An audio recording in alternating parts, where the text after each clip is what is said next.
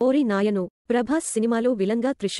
ఇదెక్కడి అరాచకంరా నాయనా. ప్రస్తుతం ప్రభాస్ క్రేజ్ ఖండాంతరాలు దాటేసింది. అసలు ప్రభాస్ సినిమా వస్తుందంటే ఒక్క తెలుగునాటే కాదు, యావత్ ఇండియా ఎదురుచూస్తుంది. ఖాన్లు, కపూర్లు సైతం ఇప్పుడు ఆడియన్స్కు కనిపించడం లేదు. ప్రస్తుతం ప్రభాస్ క్రేజ్ ఖండాంతరాలు దాటేసింది. అసలు ప్రభాస్ సినిమా వస్తుందంటే ఒక్క తెలుగునాటే కాదు, యావత్ ఇండియా ఎదురుచూస్తుంది. ఖాన్లు, కపూర్లు సైతం ఇప్పుడు ఆడియన్స్కు కనిపించడం లేదు.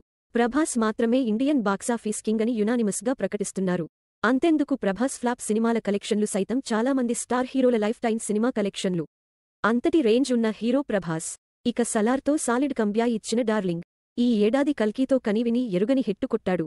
హిట్టంటే మళ్లీ ఆశ మాసీ హిట్టు కాదు, కొడితే బాక్సాఫీస్ దగ్గర 1200 కోట్ల రూపాయలు రీసౌండ్ వినిపించింది.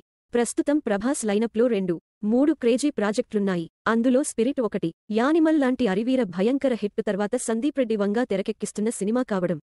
అందులో ప్రభాస్ పోలీస్గా కనిపించడం పూర్తిగా ఆడియన్స్లో ఈ సినిమాపై ఉన్న ఎక్స్పెక్టేషన్స్ అన్నీ ఇన్నీ కావు. ఇక ఈ సినిమాలో త్రిష హీరోయిన్గా నటించబోతున్నట్లు కొన్ని రోజులుగా వార్తలు వైరల్ అవుతున్నాయి. కాగా ఈ సినిమాలో ప్రభాస్ డ్యూయల్ రోల్లో నటించబోతున్నాడని, ఒకటి హీరోగా కాగా మరొకటి విలన్గా యాక్ట్ చేయబోతున్నాడట. ఇతర విలన్ ప్రభాస్కు జోడీగా త్రిష కనిపించనుందట. అలా లేడీ విలన్గా త్రిష ఈ సినిమాలో కనిపించబోతున్నట్లు రూమర్స్ సోషల్ మీడియాను షేక్ చేస్తున్నారు.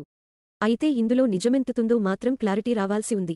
మరోవైపు ఆ మధ్య Korean star hero Don Lee villain role నటిస్తున్నాడని ప్రచారం జరిగినట్టుగానే ఇప్పుడు ప్రభాస్ డ్యూయల్ రోల్ గురించి, అందులో హీరోతో పాటుగా విలన్గా ప్రభాస్ నటించబోతున్నాడని, విలన్ ప్రభాస్కు జోడీగా త్రిష నటిస్తున్నవన్నీ వట్టి ప్రచారాలు అని ప్రభాస్ ఫ్యాన్స్ కొట్టిపారేశారు.